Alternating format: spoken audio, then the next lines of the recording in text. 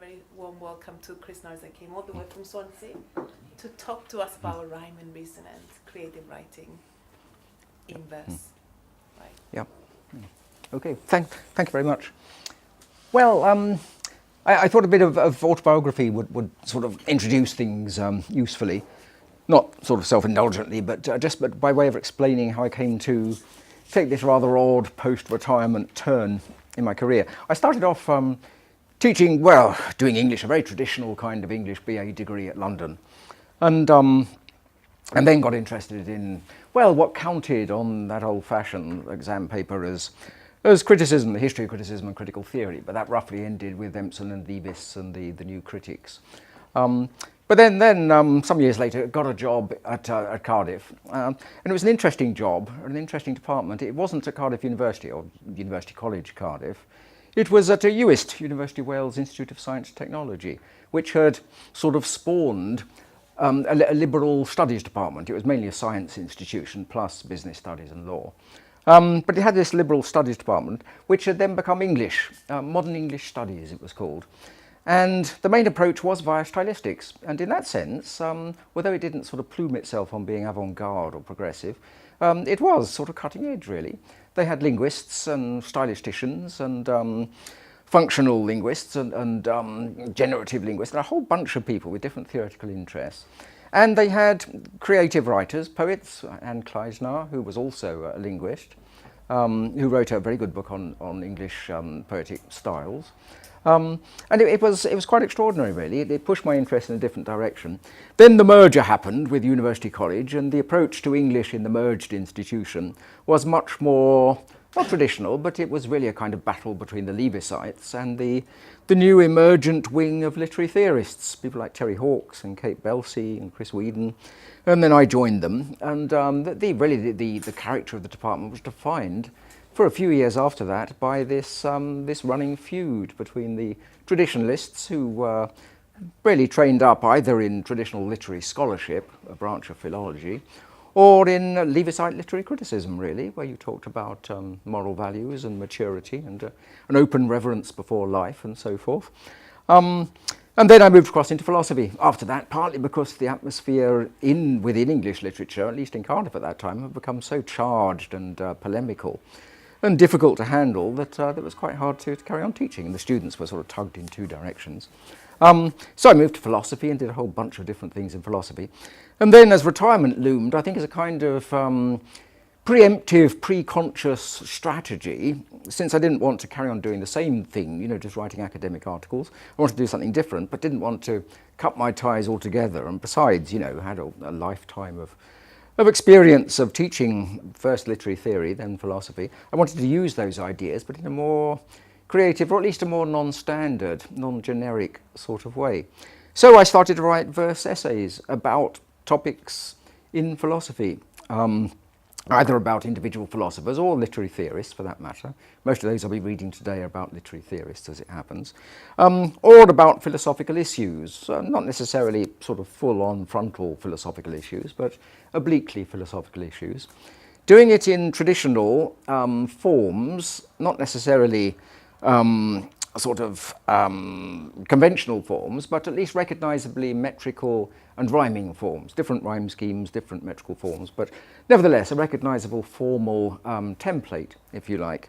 And started doing it really without any sort of rationale, and then as people asked, in tones of incredulity or bafflement, why are you doing this thing, began to sort of evolve an explanation, a kind of justification, which was that we really get it wrong about the effects of rhyme and metre, the effects of writing formally structured verse.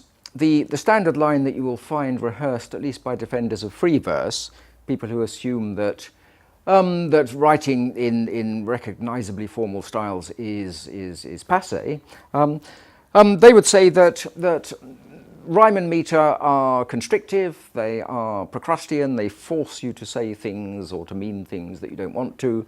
They're artificial, they are, as it were, superimposed upon what you want to say in a kind of preemptive and obstructive way, and that they restrict and narrow down the range of your expressive freedom. So that's a pretty standard. Hi. That's a pretty standard justification for writing free verse, if you like, if there is such a thing as free verse, and there's a very real question about that. All the discussions of the form and structure of free verse appeal back, more or less tacitly to the vocabulary, the technical register of traditional prosody, but that's a separate point. But my justification for doing this is a general sort of theory, if you like, of form in poetry, or formal structure in poetry. And it is that far from cramping your style, far from restricting the range of things that it's possible to say in poetry, or in verse, let's say. The distinction between poetry and verse is a vexed and difficult distinction, but I want to sort of leave that be for a bit. We can come back to it later, perhaps. But far from cramping your style, what it does is force you into unexpected and sometimes adventurous and rewarding ways of thinking. To put it very simply and crudely, if you're stuck for a rhyme, if you're writing a fairly tight, structured, rhyming verse form, and you've maybe used the same rhyme sound half a dozen or 10 or 20 times, you will occasionally find yourself sort of forced back into the far recesses of your semantic imagination. You've got to find a rhyme, and it may turn out to be a word which at first strikes you as completely sort of off the wall, just unusable because so remote from your topic. And then the imagination, the semantic imagination, begins to work with it and to call up echoes and associations and connections and cross-references and analogies. And then you begin to see ways in which this could be relevant. And the ways in which it can be relevant may take you off in completely unpredictable directions. My own experience, this may just be a limitation on, of me as a poet. It is that in writing free verse, and I've tried it several times without great success. In a sense, it's too easy, or rather, you basically end up saying pretty much what you intended to say, as you would if you were writing a prose piece, as you would if you were writing a prose essay. If you set out to write an article for a journal or a student essay, you've got to have a pretty good idea of what you're going to say and how it's going to be structured so as to make your point most effectively. But if you have, as it were, lumbered yourself, stuck yourself, or provided yourself beforehand with a rhyme structure and other aspects of formal theme, style, then in a sense you're being pushed or nudged or guided or directed in ways that are unpredictable and that can sometimes end you up in very interesting areas. And if you're writing philosophical verse essays, which I'm trying to do, then you may make philosophical discoveries. You may make connections or see associations that would never have struck you or would be exceedingly unlikely to strike you if you were writing in straightforward prose or, I think, in free verse. So that's part of the justification. One thing I lack really as a poet, and it's a big deficiency really, and I have to compensate for it, is a really strong visual imagination. I don't get images, even when I'm reading other poets' poetry, even when I'm reading what most people would count as strikingly visual associative poetry. I don't really get vivid images at all.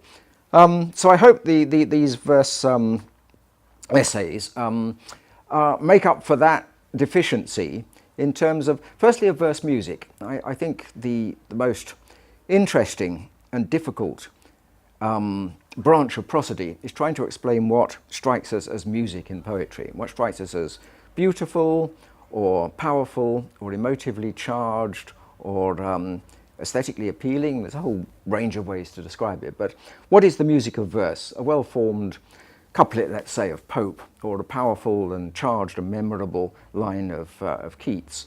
And it's partly a matter of the interplay of vowels and consonants, and partly a matter of tongue gestures, and a whole range of ways of talking about this.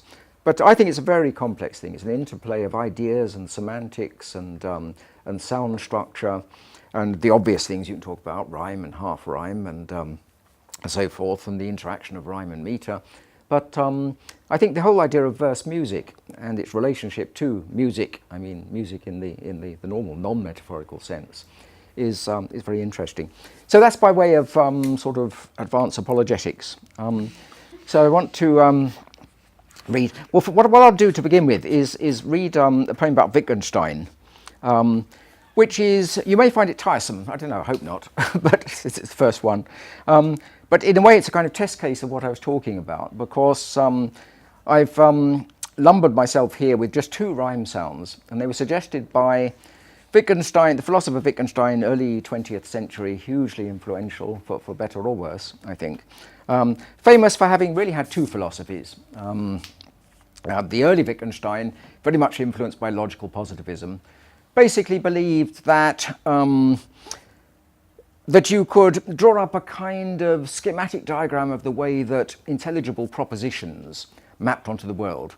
There were facts and there were propositions, and the propositions had a certain structure, a logical structure, and the facts had a certain structure of relationship between things or events or properties or whatever, and there was a kind of geometrical correspondence or isomorphism, if you like, between the two.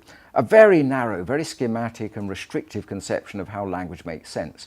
Except that, having written this book, his early book, the Tractatus Logico-Philosophicus, which is written in numbered propositions and scholia and axioms and so forth. Very, very sort of clean-cut geometrical approach.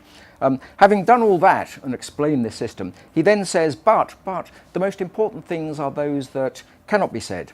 They can only be shown. They can only be demonstrated or suggested or put across or conveyed poetically, perhaps. And those are the most important truths. So on the one hand, you have the realm of logical propositions, basically the natural sciences plus logic. Okay, so very restrictive. On the other, you have this other vast, all-important, but unspeakable domain where you could only use language to gesture at it. So you've got 2 words, say and show. You can say certain things, they make sense, they're propositional, their structure can be analysed. Show, you can't demonstrate, you can gesture toward it, you can somehow evoke it, if you like. So the challenge here was to sort of impose upon myself a rhyme scheme where the only 2 rhyme sounds were say and show. There's some stuff in it that might, well, it's got footnotes in the book actually, but anyway, the Bertie, who's referred to sort of rather casually, is Bertrand Russell. Bertrand Russell started off hugely admiring of Wittgenstein, thought he was an absolute genius, and then lost patience, because the later Wittgenstein completely dumps that theory of language, and he says, logic is no more important than anything else. You know, there's a vast range of language games. There's as many ways of making sense as there are ways of talking, or cultural life forms, or ways of understanding each other. And they include religion, metaphysics, ethics, aesthetics. They include logic, but logic has no privilege whatsoever. You can't use it as a kind of analytic sort of open sesame. So I hope it's not too, well, I hope the rhyme schemes aren't too insistent. My point is that the rhyme, the choice of just 2 words forced me to go way out into all sorts of things that I'd never have thought of before. Some of the rhymes are really sort of, I don't know, recherche, I suppose. Okay, so here it is. I'll read you the epigraphs. Wittgenstein says, very poetically really, a picture held us captive, and we could not get outside it, for it lay in our language, and language seemed to repeat it to us inexorably. Okay, that's from late Wittgenstein. Wittgenstein says in a book called Culture and Value, a man will be imprisoned in a room with a door that's unlocked and opens inwards, as long as it does not occur to him to pull rather than push it. And then he says in a book called Culture and Value again, I think I summed up my attitude to philosophy when I said philosophy ought really to be written only as a poetic composition. And you could say late Wittgenstein is poetic composition. So here's the poem at last. He had this thing about what you could say and what you couldn't say, but only show. To make that point, he thought, the only way was to push say as far as it would go. With that in mind, he put up an array of reasonings, more geometrico, along with a meticulous display of numbered parts that made it seem as though the thing was too well built to go astray. This would ensure that those chaps in the know, Bertie and his lot, had their role to play as dupes in Ludwig's stratagem to blow a T-shaped hole in everything that they, like his Tractarian double, took as so self-evident as strictly to convey no more than syllogistic might bestow by way of sense or content. Yet dismay set in when those same chaps proved far too slow to take his point, or eager to essay some risked containment exercise that no depth rumblings might disturb. This helped allay their nagging sense that he'd contrived to stow something in his oblique communique that threatened to upset the status quo of language, truth and logic. Anyway, they picked it up, the cryptic undertow in this strange work of Russell's protégé, but made sure it was kept so far below deck in the first translation as to stay disarmed of any spanners it might throw into the works. For there they'd ricochet and cause no end of philosophic woe to Russell and those heralds of the day when mystics would repay the debt they owe to logic. Then they'd see fit to obey such rational demands as bid them toe no line where superstition's apt to prey on trust, or faith says reason should forego its privilege. Keep saintliness at bay, his colleagues thought, lest worldly wit lie low in deference to it, and extend the sway over weak minds of any holy Joe with some new crack-brained gospel to purvey, or any US-style politico with God on board. That stuff was now passé, so Russell thought. That Sunday school tableau got up with all the faux naivete by which the firm of Jesus Christ and Co. had managed so adroitly to portray their potentate as power's most powerful foe. Yet this ignored St. Ludwig's Dieu caché, his hidden god, think Pascal, think Godot, whose failure to arrive as promised may, to souls elect, reveal the vapid flow of sayings intellectual cabaret struck dumb. Thus, having nothing apropos to say, and falling silent, might defray the cost of all those endless to and fro discussions spawned, he thought, by the decay of what once found expression, think Rousseau, in sentiments that showing might relay once all the sayings done. On this plateau, the tribe of Bon Sauvage join Mallarmé in savouring only fragrances that blow from flowers that have their place in no bouquet, or hues that vanish in the gaslight glow of rainbows shadowed by the grey on grey that passes muster in the Savile Row of logic-suited thought.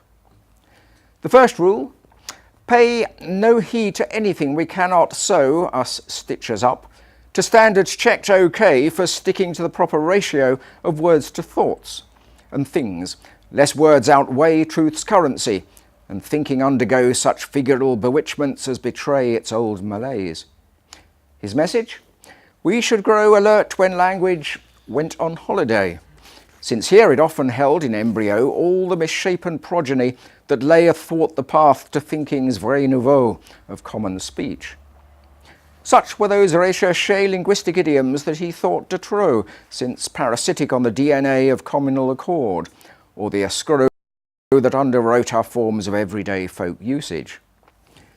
This he showed us, modulo the need for umpteen exegetes to say just what it was his words were meant to show, as witness the shelf-bending dossier of monographs and endless de nouveau renditions of old themes whose overstay he'd hoped his tractatus would long ago have laid to rest. Last irony, that they, his acolytes, should be the ones whom no strict rule like his against such making hay with words and concepts could persuade to throw the habit off, despite his threat to fray the bonds of communal accord, and so permit such verbal license, aka delinquency, to twist the quid pro quo that constitutes a true communauté de longue vie. His tragedy?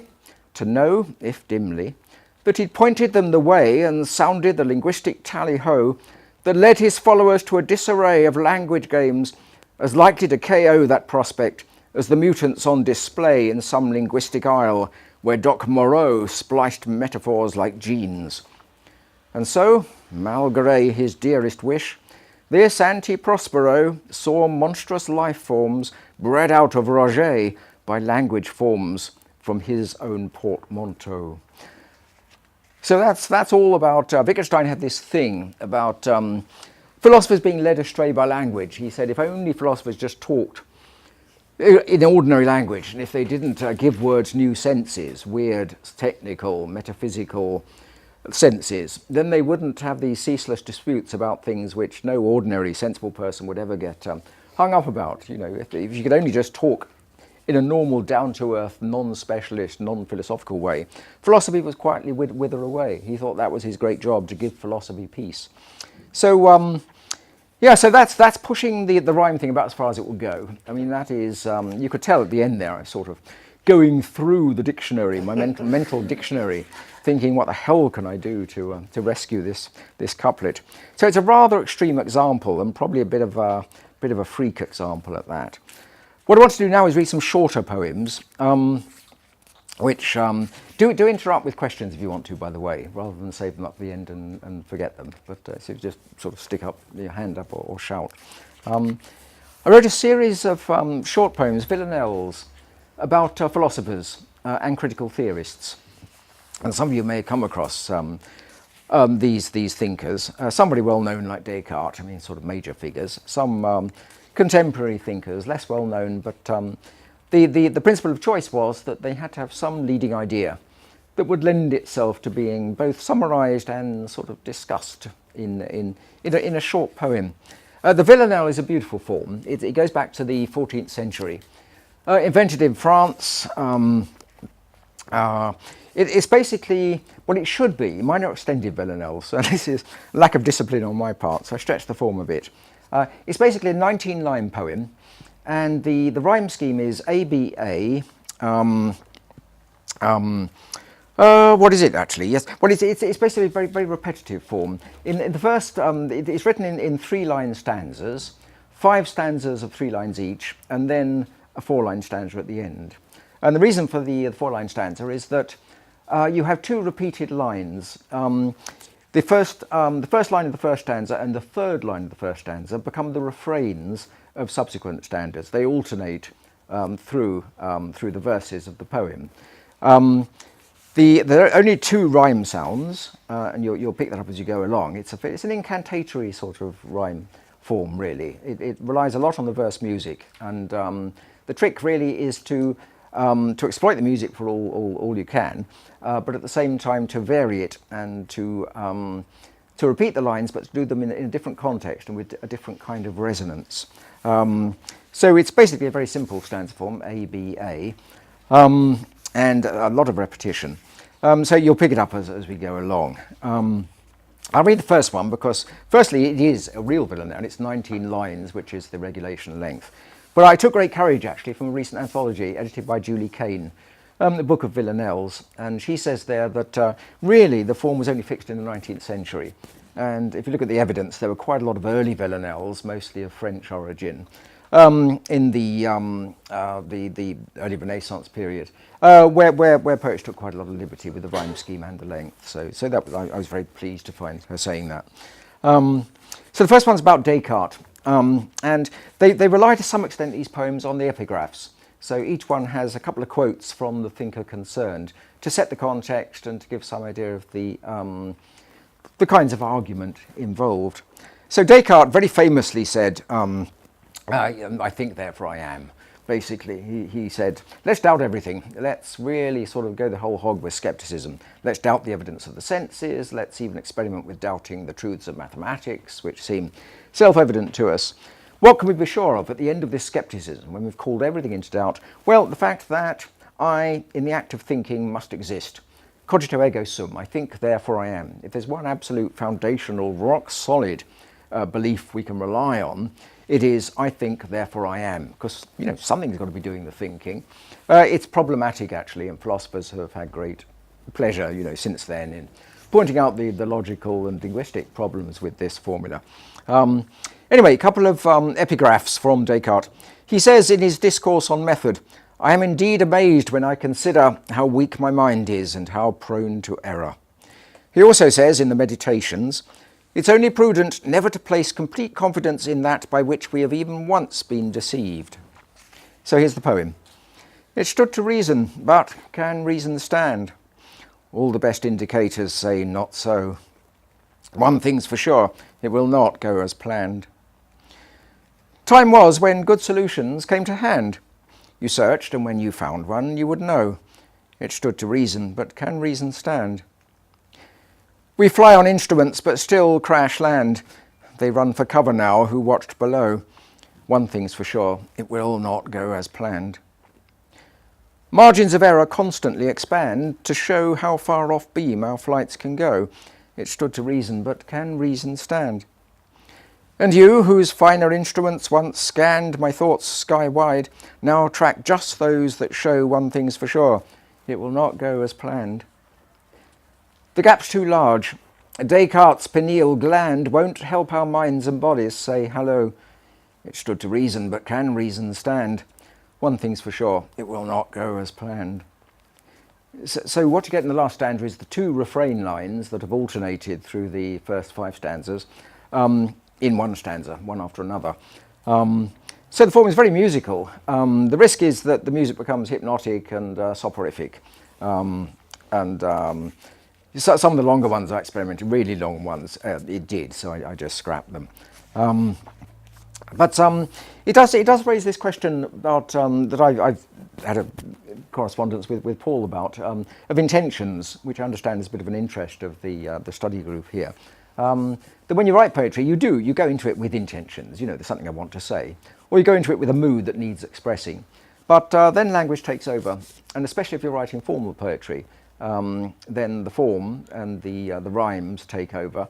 And although your intentions have something to do with it, and certainly as a reader, you're obviously asking yourself in a straightforward way, as you would, you know, if someone just addressed an everyday comment to you, you know, what does he or she mean?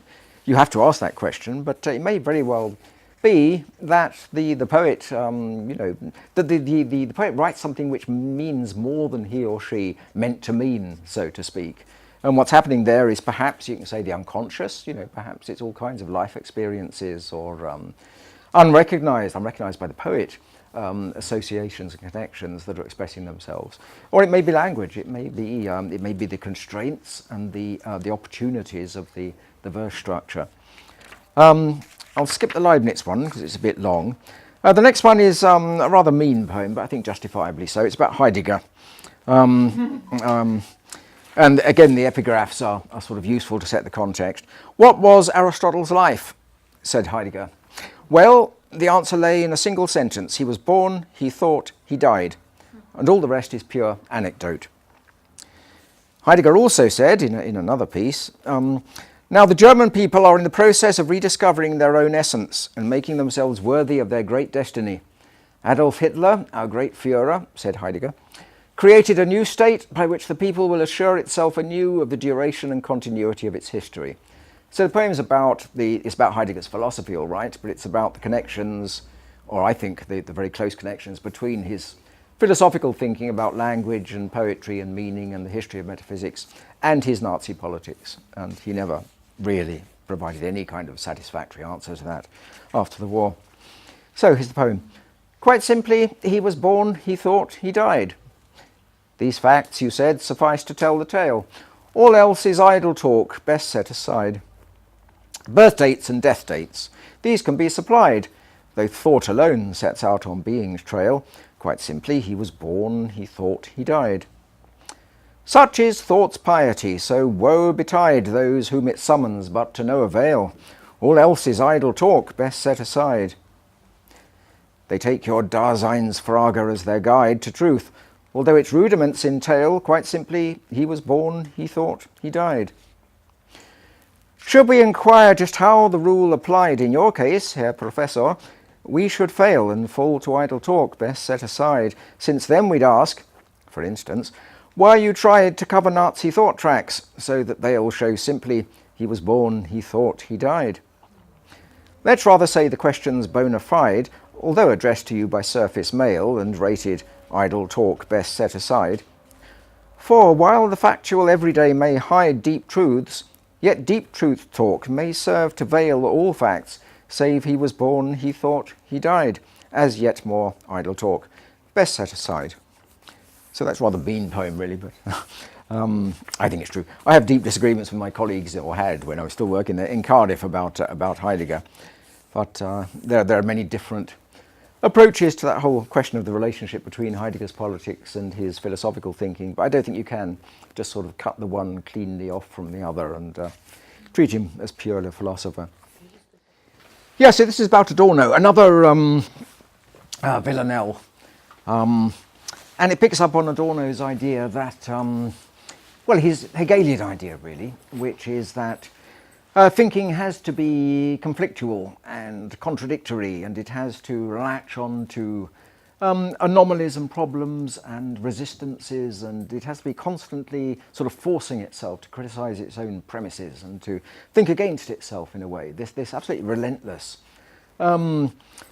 energy, but negative energy of thought you get in Adorno. He believed that any kind of positive solution, any kind of grand upshot, or any thinking that looks on the positive side is going to be a kind of twittering and looking on the bright side. This is what Adorno thought. After, as he famously said, after Auschwitz, after the brutal evidence of the Second World War and of numerous other historical catastrophes, he said that it was impossible to take an optimistic, upbeat, Whiggish, liberal, optimistic view of the course of history. We had to face disaster, we had to look it in the face, and we had to live up to our negative vocation. So he's not a barrel of laughs, Adorno, in other words. But this is, you'll have picked up there's a background to some of this poetry. There's a personal background to it. But you can never tell how much he's getting into poetry. I had a very, very bright, very quick-witted, perceptive PhD student to whom I gave these poems as I wrote them, and he came up with stuff. He discovered stuff in them which, my initial reaction was, oh, that wasn't thinking about anything like that. That was nowhere in my mind when I wrote that poem. And then I thought afterwards, oh gosh, perhaps it was knocking around somewhere at the back of my mind. So anyway, this is one of them. A couple of quotes from Adorno as before.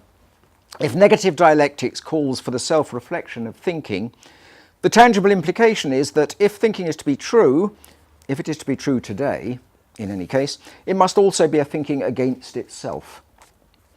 He also says in a wonderful book by Adorno called Minima Moralia, he who has loved and who betrays love does harm not only to the image of the past, but to the past itself.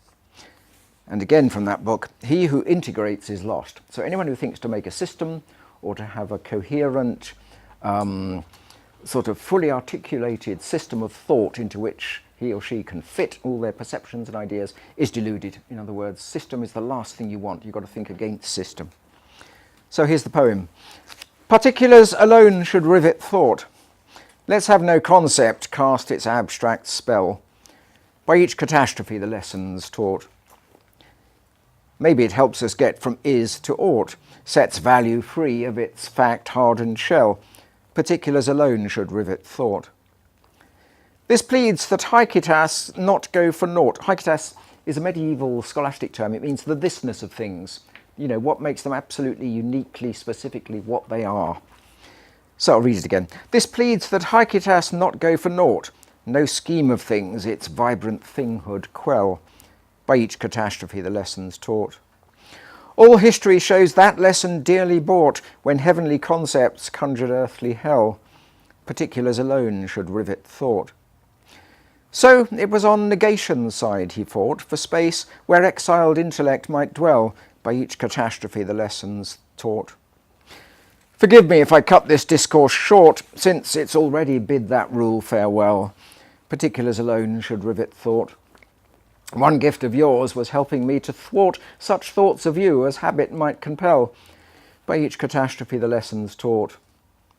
To my conceptions came your swift retort, some gesture more exact than words could tell. Particulars alone should rivet thought. And now you're gone, how should I not resort to idée fixe at which you'd soon rebel? By each catastrophe the lessons taught. Particulars alone should rivet thought. So the form works, if it works at all, by playing off the two refrain lines, the repeated lines, which both occur together in the last stanza, putting them in a slightly different context so that the emphasis falls differently and the tone, the way the line is spoken, is different. The next one, can I keep on with these for a bit? Is it okay? Yeah, they're shorter than the others. That's the great virtue of them. This is a poem about a very, I don't know how you describe it, a very beautiful and very striking and aphoristic short passage by Walter Benjamin. Walter Benjamin was a German Jewish critic. It's very hard to classify him. A wonderful writer, a wonderfully evocative and subtle writer, a scholar, immensely learned, a great collector of books and pictures, and one picture in particular a picture by Paul Klee called The Angel of History. And it's a fascinating picture. I got to hear of the picture through the Benjamin passage long before I actually saw the picture. And when I saw the picture, I couldn't believe it. I couldn't see anything that Benjamin had seen in it when I actually looked at it. But I'm not very responsive to the visual arts. But let me read the Benjamin's passage. This is from the last thing that Benjamin wrote. He was an exile. I mean, he was almost a lifelong exile, all his scholarly life. He was being chased from country to country, really. He was eventually, he had to escape the Nazis. He was crossing the Pyrenees. And his visa didn't come through, or there was some technical hitch with his visa. And he was faced with, basically with capture by the Nazis, and he committed suicide on the Swiss-French border. At a very early age, perhaps 40, I'm not quite sure the age, 43 perhaps. Leaving behind a vast nachlass, scattered all over Europe, really, his writings. He left behind in his briefcase when he died the text of a piece called Theses on the Philosophy of History. And it's quite a remarkable piece of writing. I'll read you a piece from it, and this is what the poem's about, really. He says, a clay painting, Paul Klee that is, named Angelus Novus, shows an angel looking as though he's about to move away from something he's fixedly contemplating. His eyes are staring, his mouth is open, his wings are spread. This is how one pictures the angel of history. His face is turned toward the past. Where we perceive a chain of events, he sees one single catastrophe, which keeps piling wreckage and hurls it in front of his feet. The angel would like to stay, awaken the dead, and make whole what has been smashed. But a storm is blowing in from paradise. It has got caught in his wings with such a violence that the angel can no longer close them. The storm irresistibly propels him into the future, to which his back is turned, while the pile of debris before him grows skyward. This storm is what we call progress. Now, as I say, when I looked at the picture after reading that, I couldn't see any of that in it. It looks like a child's picture to me. But that just shows I don't have that sort of responsiveness. Other people, other scholars have said, yeah, that's there, and Benjamin is the greatest art critic ever. He's seen all these things in that image. Okay, so here's the poem. Face backward where the wreckage piles sky high. That storm's called progress, so his theses said. Unfold your wings, but do not think to fly. No use now for your expert weather eye, nor for your flying skills. You'd best instead face backward where the wreckage piles sky high. There's too much debris cluttering the sky, along with parts by other angels shed. Unfold your wings, but do not think to fly. No second thoughts. However hard you try to fold them down, the gale keeps them outspread. Face backward where the wreckage piles sky high. He says it blows from paradise, but I think that's from some Kabbalah text he read. Unfold your wings, but do not think to fly. No point post-dating when things went awry, though that's the kind of myth we're always fed. Face backward where the wreckage piles sky high. On every scale this lesson must apply. Be not by thoughts of Eden so misled. Unfold your wings, but do not think to fly. Paradise Lost is our stock alibi. It's putting dates to breakups that we dread. Face backward where the wreckage piles sky high. No primal bliss, nor reason to ask why. Back then, catastrophe lay far ahead. Unfold your wings, but do not think to fly. The storm's still raging, that we can't deny. Through wings it whistles fit to wake the dead. Face backward where the wreckage piles sky high. No way our breaking up can justify this stretch of his fine parabolic thread. Unfold your wings, but do not think to fly. Applaud the exegetes when they decry my lacking their angelic fear to tread. Face backward where the wreckage piles sky high.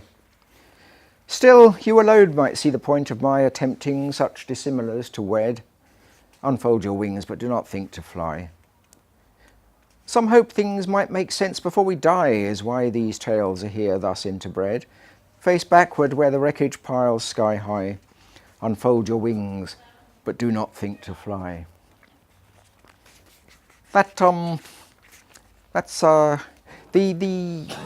I'm not sure whether it goes on too long, that one. You can give me your opinion of that. The point is, if you do go beyond the 19 lines, the 5 stanzas plus 1, then you've got to vary it. You've got to vary the tone. You've got to find some new angle on the 2 refrains, the 2 repeated lines. But well, let me give you a choice of the others. I have a question about Yeah. intention in writing the poem. Yeah, sure. Did you write it after you had read Benjamin and seen the picture? Yes. And Yeah. were you thinking, was your intention to represent what Benjamin had written, or what the picture looked like to you? Well, my intention, funnily enough, was there's another poem here which is called "A Plain Man Looks at the Angel of History," which is all about my total inability to see in the picture what Benjamin found in his thesis on the philosophy of history.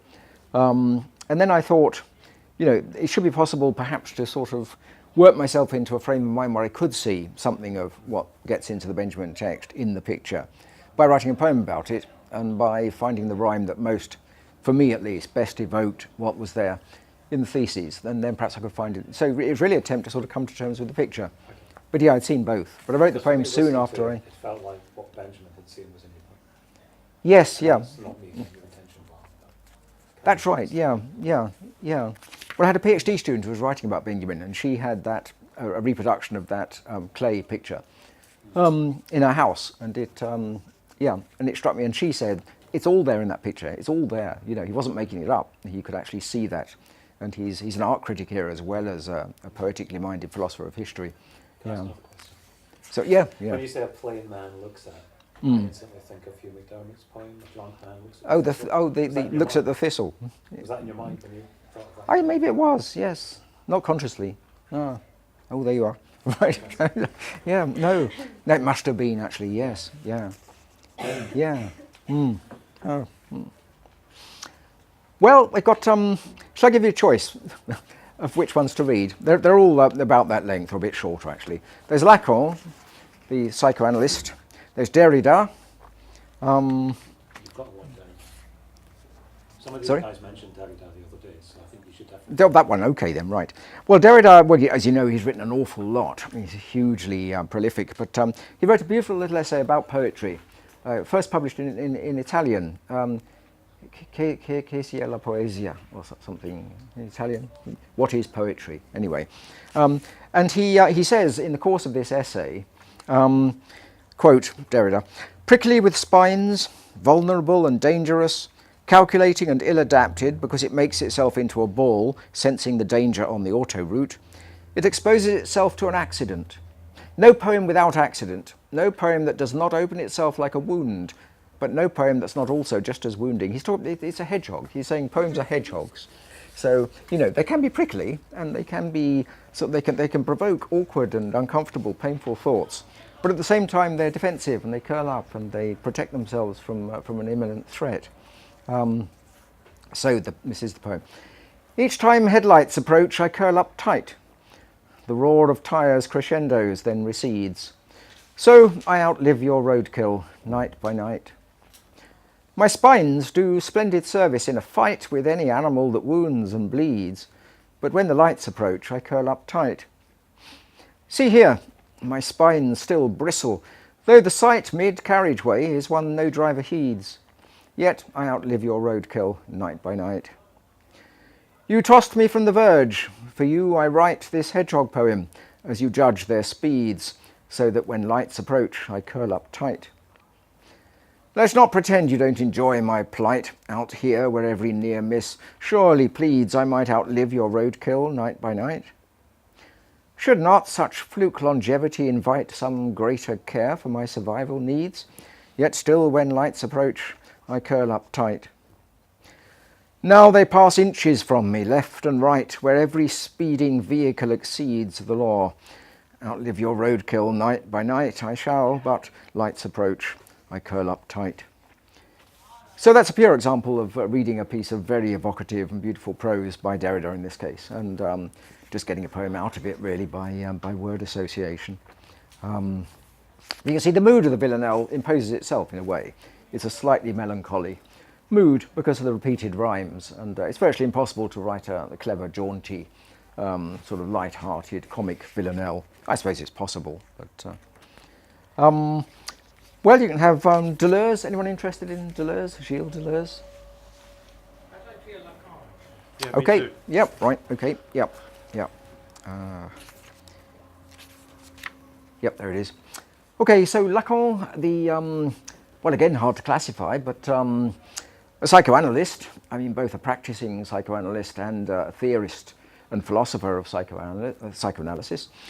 A very controversial figure. Some people thought he was a charlatan. He's denounced in the most sort of polemical terms by some other psychoanalysts, but also regarded by some as virtually an oracle. You know, the greatest psychoanalyst since Freud.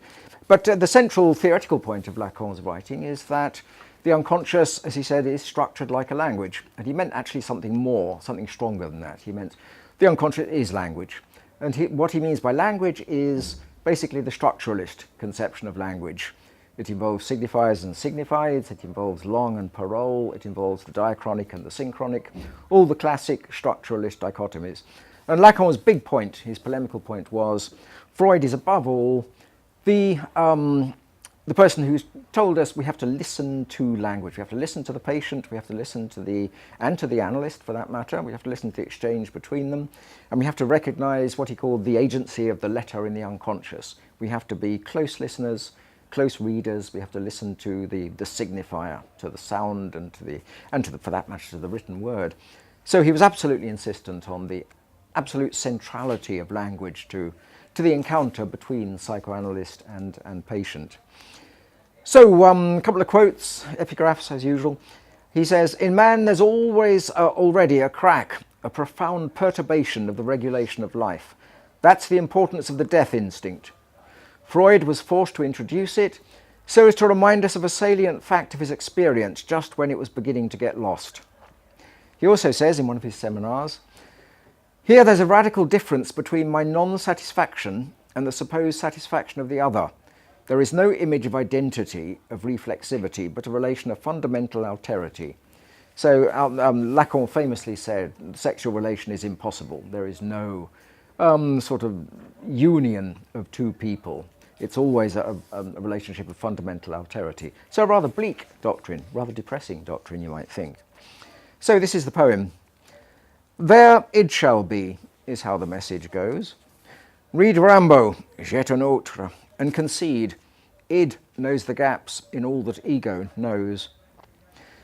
Theorists depend on Lacan to disclose this truth, though if it's true, then what's the need? There id shall be, is how the message goes. I may propose, but signifiers dispose.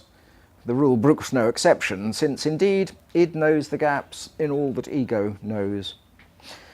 Our gaps grow ever wider, and it shows.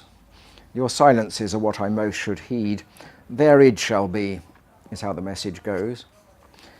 Our case is not so hard to diagnose, since Freud and Lacan taught us how to read. Id knows the gaps in all that ego knows.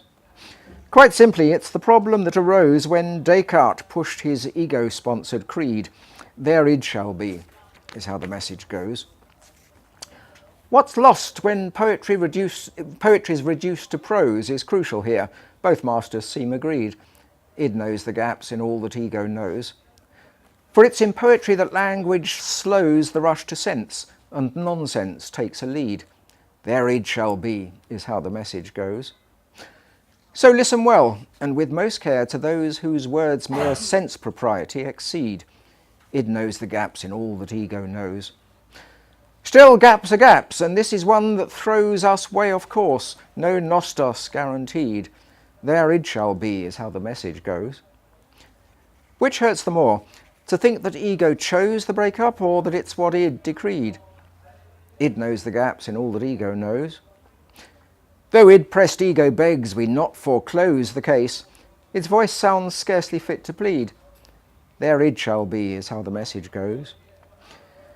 The iceberg's tip may show, yet still it froze. How should lost warmth the permafrost impede? Id knows the gaps in all that ego knows.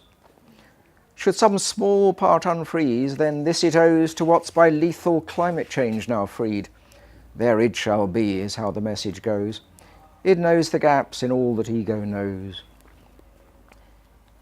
Yeah, so that's all about, yes, the id and the ego, and Freud's idea, sort of much developed by Lacan, that in the end we can't know the unconscious. The unconscious always, by definition, outstrips the powers of rational intelligence or lucid Cartesian thought.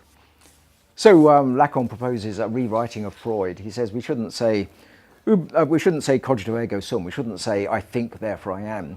We should say, what is it? Ubi cogito ergo sum cogito, ibi non sum. Where I think, therefore I am. That's where I'm not. That's what he says. So that's that's where the unconscious comes in to disrupt the Cartesian cogito. I got one on Althusser, the structuralist Marxist. Yeah, definitely. Althusser, right? Okay then, right. Okay, so Althusser was a kind of Marxist equivalent of Lacan. Lacan rereads Freud in the light of Saussurean structuralist linguistics. That's a very sort of sketchy account, but Lacan does that. Althusser rereads Marx in terms of a certain version of structuralist linguistics, a very scientific version of Saussure. The epigraphs are quite important here, I suppose. These poems, and one of the weaknesses of the poems, I suppose, in a way, is that they depend on the epigraphs for context. But I think that's just the cost of writing short poems on complicated themes. So Louis Althusser says in an essay called Ideology and Ideological State Apparatuses, which, 30 years ago we were all sitting around in seminars discussing this essay, an absolute classic. I mean, it's been much criticised. Since then, it was almost straight away, but nevertheless, I mean, it's a very, very important essay in Marxist philosophy.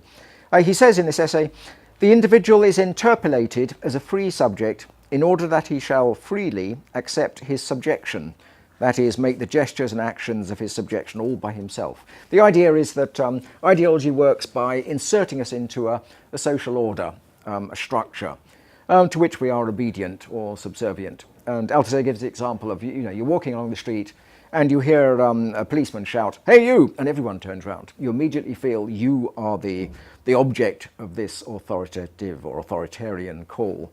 So we subject ourselves to these structures of authority by accepting a kind of voluntarily subservient position. We think it's voluntary, but in fact it is structured for us. We are pre-structured. Louis Althusser says that's the early Althusser. He then, you'll learn from the next epigraph, or the one after next actually, what happened later. He also says in Philosophy of the Encounter, Marx was constrained to think within a horizon torn between the aleatory, that is, governed by chance, of the encounter and the necessity of the revolution. Now, there was a huge tragedy in Althusser's life, and that is, and this is a quote from a guy called Steve Walters in the New Statesman, on that night in 1980, possibly as a result of drugs, mania, or even sleepwalking, Althusser massaged Helene, that is his wife's neck, to the point of asphyxiation. 2 victims followed, the dead woman herself and Althusser's theories, fatally wounded and useless in his subsequent attempt to make sense of his monstrous experience. There was no question of murder. It was just some absolutely monstrous, involuntary. It wasn't even an act. It was an event, you might say. So this poem is really about that, partly about that, but it's also about the switch in Althusser's thinking from a very rationalist, very theoretically sophisticated theory of ideology and subjectivity to a later philosophy that rejected all that and is based on chance. It's based on the classical atomist's idea. Go back to ancient pre-Socratic Greek philosophy. You find this idea that everything is a stream of falling atoms, but they have occasional swerves. And that is supposedly where freedom or chance or non-necessity, contingency come in. And Althusser seems to have renounced his entire early philosophy for the sake of adopting this philosophy of the aleatory, the chance element in experience.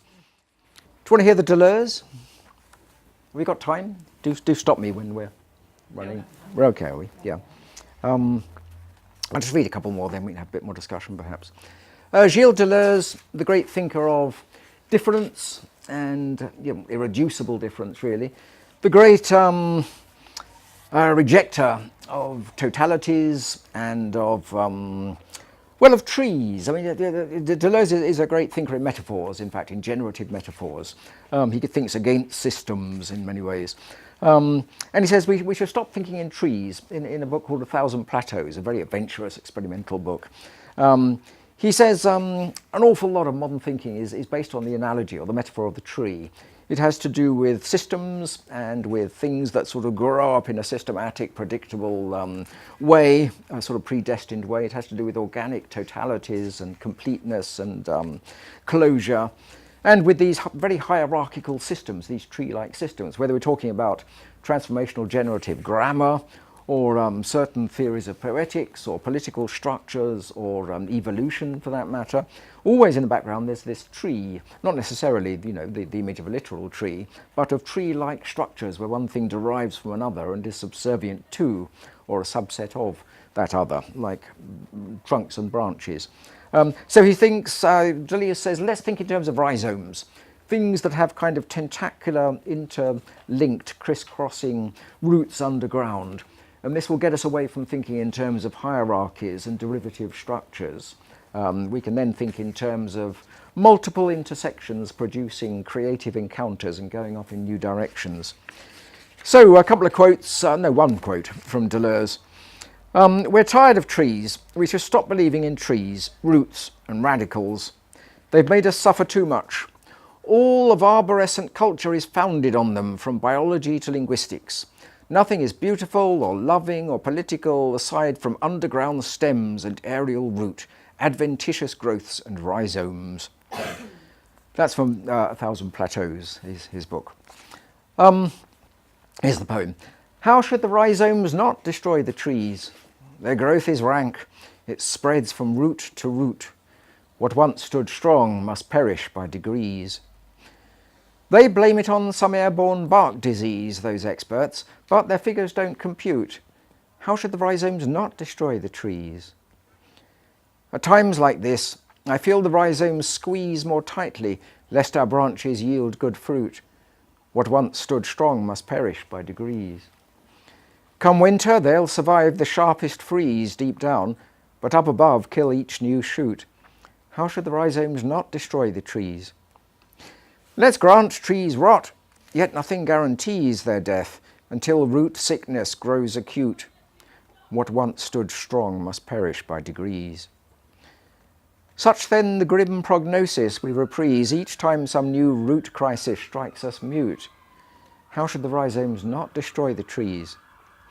Time was when careful tending might appease the threat, but now they find no cure to suit.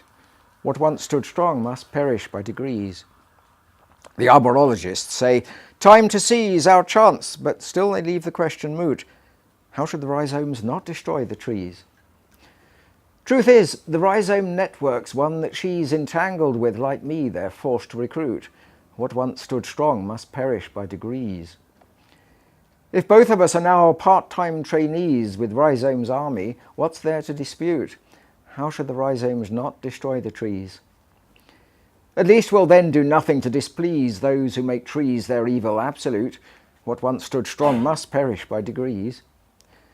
Best treat us too as shell-shocked refugees shot up at every crossing point en route. How should the rhizomes not destroy the trees? Or maybe their assault will help us tease out finally which maxim's more astute. What once stood strong must perish by degrees, or its brave opposite. You're one who sees to what new depth their pathogens pollute. How should the rhizomes not destroy the trees? And our dead branches, shredding in the breeze, yield one hard truth Deleuzians can't refute. What once stood strong must perish by degrees, as rhizomes tangle roots of words, thoughts, trees. Do you want another one of these, or shall I read something a bit different, not so academic? Something a bit different. Bit different, right. Let's see.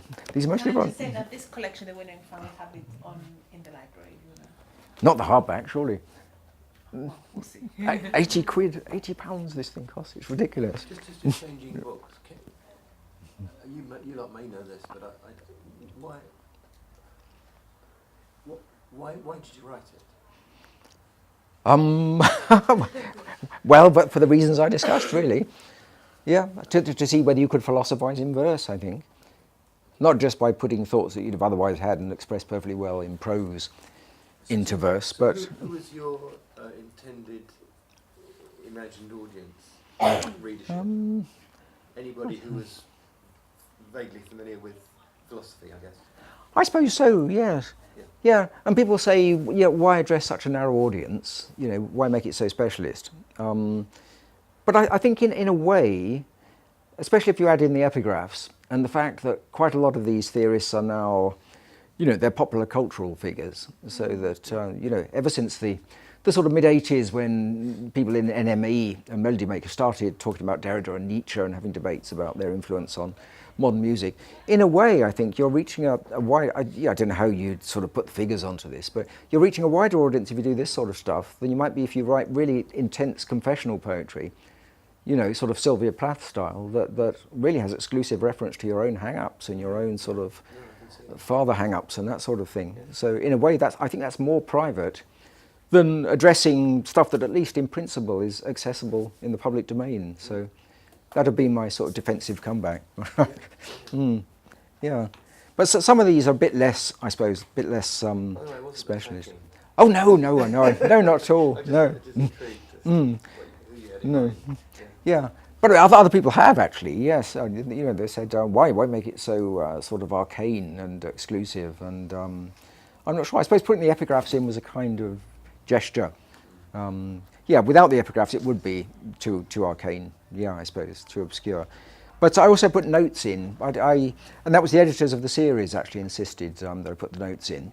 And I had doubts about it because it's difficult to get the level right, really. Because if you don't put notes at all, then it's discourteous to the reader because they'll have to at least go off to Google, you know, to look it up and find out, and they don't want to waste time doing that. You put too many notes in, then it makes the reader look ignorant. So sort of striking a balance between the two is quite difficult. But yeah, but these are not so specialist. Let's see. One of these is extremely obscene. I won't read you that one. It's too long anyway. What is a political one? Yeah. I write a lot of political poetry, mostly online because you reach more people online. Yeah, this was written in 2015 when George Osborne came out with his budget. That's right. Yeah. Yeah. A long pause. That. Yeah. Sorry. When you said when George Osborne came out. Oh, that's right. Like, yes, I was trying to. Yes, that's right. To create a bit of scandalous interest. Yeah. Yeah. Yeah. Elsewhere, the lingering life hopes fade and die. It's all there in your red attaché case. But now's your glory day, so hold it high. Just please the fat cats and the CBI, and you'll have no more conscience calls to face. Elsewhere, the lingering life hopes fade and die. That lot who once just managed to get by won't now, but that's their own, not your disgrace, for now is your glory day, so hold it high. Just get the mail to stop them asking why they always lose, or if you fix the race. Elsewhere, the lingering life hopes fade and die. What dies in them is all that goes awry when they're routinely caught out at first base. But now's your glory day, so hold it high. Just get the Sun to say they're all work shy, and then get all the loan sharks on their case.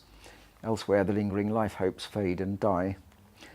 If that lot cut up rough, you can rely on Channel 4 to keep them in their place after your glory day, so hold it high. And if some others say you're a bad guy, trust Murdoch to ensure they get no space.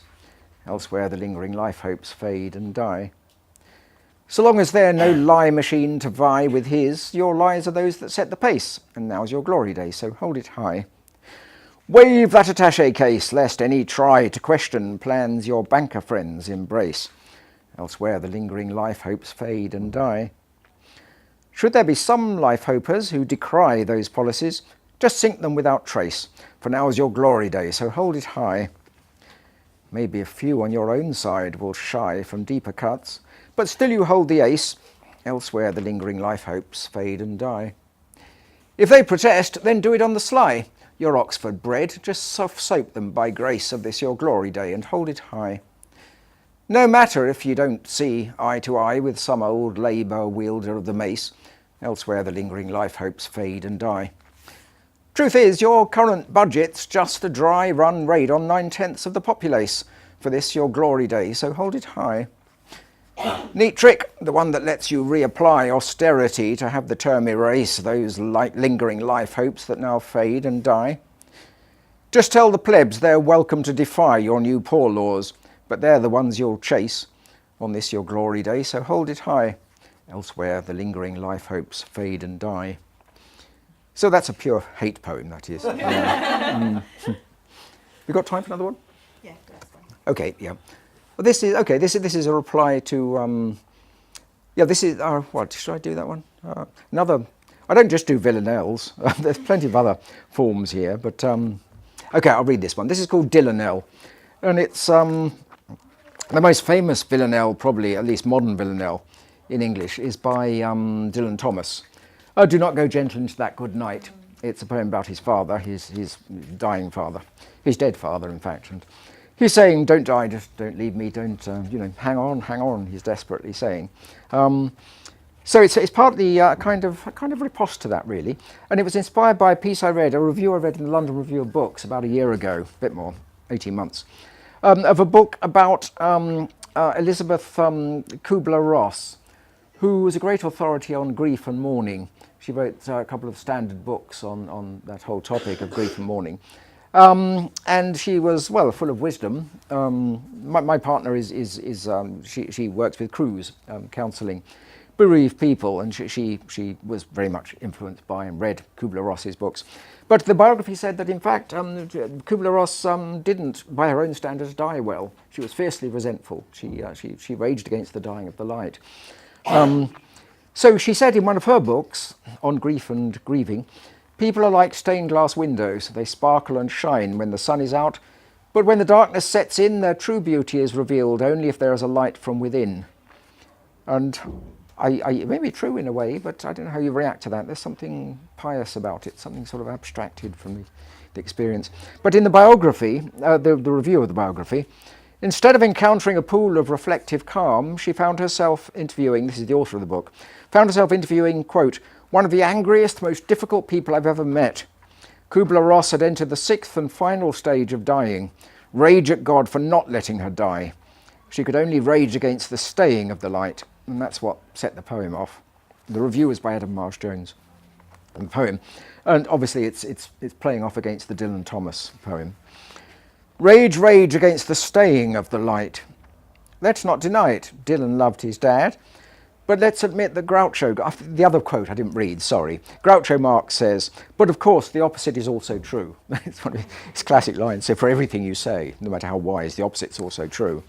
It's like all those proverbs that always have contradictories, many hands make light work and too many cooks spoil the broth, etc. So the opposite meaning. So the poem, "Rage, rage against the staying of the light. Let's not deny it, Dylan loved his dad, but let's admit that Groucho got it right." The Groucho version, "Psych dad up to fight death tooth and nail until things get too bad, but then rage at the staying of the light." His larger point, "For every truth you cite, there's one, flat contrary, that makes you add a mental note that Groucho got it right. Then going gentle into that good night may seem a kindlier way than going mad with rage against the staying of the light." Let's not blame Dr. Kubler-Ross, despite the moribund suspecting they've been had. Let's just admit that Groucho got it right. Still, her late temper tantrums do invite the thought that Thomas Jr. was a tad too keen to urge the staying of the light. Quite likely Dad just hoped to expedite the final scene and yearned to tell his lad how that wise jest of Groucho got it right.